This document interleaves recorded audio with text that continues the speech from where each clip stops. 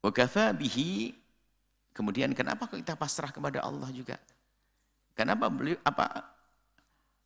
dengan tawakal kepada Allah yang selanjutnya adalah karena Allah adalah zat yang maha tahu tentang keadaan kita. Wa kafa bihi bidzunubi ibadihi khabira. Cukuplah dengan Allah yang maha tahu tentang dosa hambanya. Karena Allah maha tahu apa yang terbaik untuk kita, dosa kita, kesalahan kita, dan sebagainya. Serahkan kepada Allah, karena Allah maha tahu tentang apa yang ada pada kita dari kesalahan dan dosa. Sehingga menyembunyikan dosa ke hadapan Allah adalah sebuah kebodohan. Kalau menyembunyikan dosa dari manusia, tentang dosa pribadi, dosa kita dengan Allah, maka harus nggak perlu kita bercerita. Akan tetapi kalau urusan dengan Allah, jangan disembunyikan. Dengan Allah, sodorkan dosa-dosa kita. Dan ingat, begitu besar murka Allah kalau Allah tidak mengampuni.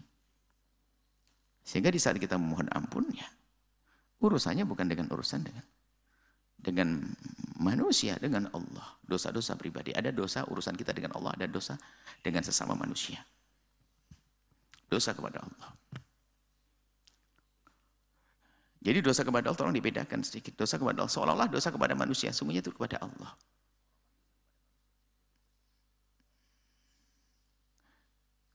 Kalau orang menyakiti ibunya adalah dosa kepada manusia. Menyakiti anaknya dosa kepada manusia. Kalau dosa kepada Allah nggak perlu diceritakan pada siapapun. Kecuali memang kita mungkin terlalu berat sehingga belum mengerti solusinya, bisa saja. Akan tapi harus kita pilih dan pilih untuk menyampaikan. Orang mabuk urusan dia dengan Allah. Pengen sembuh bagaimana caranya? Kecanduan obat, lalu dia ngadu, sah kepada ahlinya untuk sembuh. Biarpun itu dosa pribadi dengan Allah yang tidak perlu disampaikan. Naudzubillah, zina. Itu bukan dosa kepada manusia. Dosa kepada Allah. Tapi apa? Bersama manusia. Ada kawan berdosa. Makanya tidak perlu minta, saya akan minta maaf kepada orang yang pernah saya zinai. Minta maaf. Apa itu? Bersama-sama dalam dosa. Dan tidak perlu menyalahkan.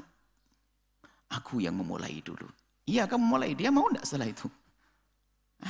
Sudahlah selesai, ini dosa kepada Allah.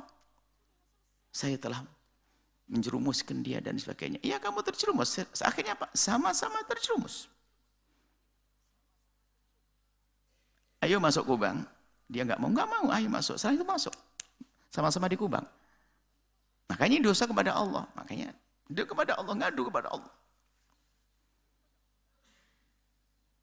Ini termasuk apa lagi? Jadi dosa. Allah maha tahu tentang dosa-dosa kita, maka nggak perlu kita sembunyikan. Justru kepandaian kita menyodorkan dosa kita kepada Allah, itu adalah tobat sejati. Jadi dia bisa mengingat dosa-dosanya, kesalahannya, yang membuahkan penyesalan yang dalam. Dan nyesal itu nyesal, indah, kalau orang mengerti makna penyesalan. Sehingga yang semula adalah maksiat, sebuah kenikmatan dalam maksiat, akan tapi justru saat meninggalkan maksiat, itu sebuah kenikmatan bagi dia. Ada kebanggaan. Sehingga yang masih belum bisa menganggap sebuah petaka maksiat itu adalah sesuatu yang menyedihkan, maka ternodai taubatnya. Nah, ini sederhana. Ingat ini, Allah maha tahu. Ya sudah, selagi Allah maha tahu, kenapa saya sembunyikan? Makanya perlu diasah kedekatan kita dengan Allah. Alladzi khalaqas samawati. Allah yang menciptakan lana. Perlu kita bertawakal kepada Allah. Kenapa? Allah maha tahu segalanya. Bukan maha tahu tentang semesta, tentang ini, buat itu saja. Tadi dikatakan dosa-dosa. Dan dosa hambanya, dosa yang sangat sembunyi, Allah maha tahu. Maha tahu Allah. Kita berbuat di mana saja, di kamar yang kita kunci, Allah maha tahu. Kekotoran mata di balik kacamata hitamnya, Allah tahu. Dia begini tapi lihatnya ke sana. Atau di balik kaca mobil yang gelap. Allah tahu.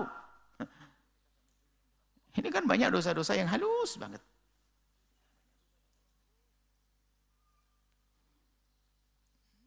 Kacamata hitam. Gini tapi ngadepnya ke sana. Mau ngelihat dia. Oh ini tahu, tetangga enggak tahu. Yang lain enggak tahu. Manusia enggak tahu, tapi Allah Maha tahu. Sehingga bertawakal kepada Zat yang Maha tahu itu pas tepat. Alladzi khalaqas samawati wal arda wa ma bainahuma, yang menciptakan langit dan bumi dan isinya dan apa yang ada di antara langit dan bumi. Sudah kita sebutkan pada pertemuan, langit adalah gaib. Allah menyebut langit, mana langit? Tentu ada batas langit sana. Akan tapi kita tidak bisa mengetahui. Galaksi dan planet-planet yang selama ini dijangkau oleh pengetahuan manusia adalah di bawah kolong langit pertama. Bukan planet 1 itu, ke langit kolong langit pertama, kemudian planet 2. Yang kebetulan langit 7 kok planetnya 7. Bukan itu bukan langit. Langit adalah langit, Allah sebutkan langit, adanya langit.